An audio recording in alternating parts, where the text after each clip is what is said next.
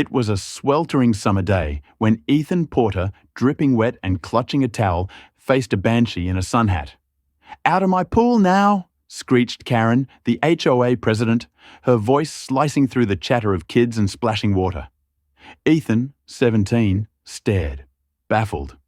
His Bluetooth speaker, blamed as a threat to safety, hadn't even played a note that day. This wasn't about music, it was revenge for last week, when Ethan politely asked Karen's grandson to lower his blaring dubstep. Karen, overhearing, had marked him as enemy number one. Now, in front of half the neighborhood, she was flexing her imaginary crown. Ethan didn't argue. As Karen threatened to call the police on trespassing minors, he walked out of the community pool he'd swum in since he was 6, a grin forming. Karen thought she'd won. She was about to learn what happens when you push a teenager with a knack for research and a grudge. The pool gate's new sign read, HOA Pool. Members only. Minors must be accompanied by an adult.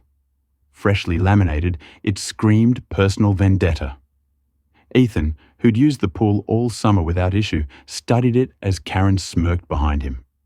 Parents under umbrellas whispered, but no one spoke up. Ethan slung his towel over his shoulder and biked home, soaked and fuming, but not defeated. Karen wanted a war over rules. He'd fight her with something sharper, property law.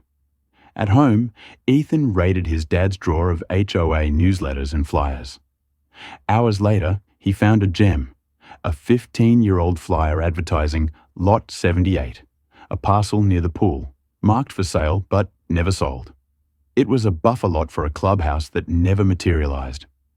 Ethan wasn't a lawyer, but his neighbor, Mr. Morales, a retired land surveyor, might know more. He crossed the street and knocked. Morales, chuckling over lemonade, confirmed Lot 78 was a legal oddity. The developer, buried in debt, never transferred it to the HOA. It was still owned by a defunct trust. Morales recalled arguing with Karen years ago when she planted shrubs on it without checking the deed. "If the trust exists, someone could buy it," he said. Ethan's mind raced. He asked Morales to help draft an email to the county records office. The reply came fast. Lot 78 was unclaimed, still under the trust, managed by a Mrs. Clara Hensley, living 2 towns over. Ethan messaged Clara on the community Facebook group, posing as a student interested in the lot for a school project. She invited him for tea. At her cozy home, Ethan explained his clash with Karen, careful not to sound vengeful. Clara, amused, said she always knew that lot would stir trouble. She sold it to him for $1 on the condition he'd keep things legal. A week later, the deed was filed. Ethan, a teenager, owned Lot 78. He didn't gloat. Instead, he crafted a wooden sign. "Welcome to Lot 78, access by owner permission only." Hammer in hand, he mounted it near the pool entrance. Karen's face twisted as she saw it. "What's this prank?" she spat, heels clicking. Ethan handed her the deed. "I own the ground your pool sits on. Enjoy the shallow end while you can." Karen sputtered, redder than her lipstick, as neighbors gawked. Ethan waved and walked off, whistling. By morning, the pool buzzed with gossip. Ethan's name was everywhere, dubbed the teen landlord. Karen vanished from her usual patrols, her absence louder than her rants. Ethan visited the county office, learning the HOA had built part of the pool's shallow end, a maintenance shed, and lounge chairs on his lot without permission. The county clerk, muttering, "This is a mess," confirmed Ethan could demand removal or lease the land. He chose strategy over chaos, wanting to expose the HOA's unchecked power, not just Karen's pettiness. Ethan designed a professional sign. Notice: this portion of the pool and adjacent structures reside on privately owned land used by permission only. Contact E. Porter, owner, Lot 78. He drilled it into a fence post. Karen stormed over, jabbing the sign. "You don't have the right," she shrieked. Ethan handed her another deed copy. "I'm not shutting anything down, not yet." Her silence was deafening as neighbors perked up. An emergency HOA meeting erupted. Karen called the deed a forgery, but a board member asked, "Isn't he the owner?" Chaos ensued. The HOA's lawyer emailed Ethan, offering a lease for a nominal fee. Ethan replied, "I'll consider it if you apologize for banning me on August 4th. The pool grew quiet. Karen's absence fueled whispers. Residents nodded at Ethan, a quiet respect growing. Digging deeper, Ethan found old HOA plans for a cabana on Lot 78, signed by Karen, claiming the HOA owned the land. Perjury. He anonymously emailed the documents to board members and the neighborhood Facebook group. Memes exploded. Ethan on a lifeguard chair, the Porter Pool Annex. Karen became a punchline. The HOA board called for re-election.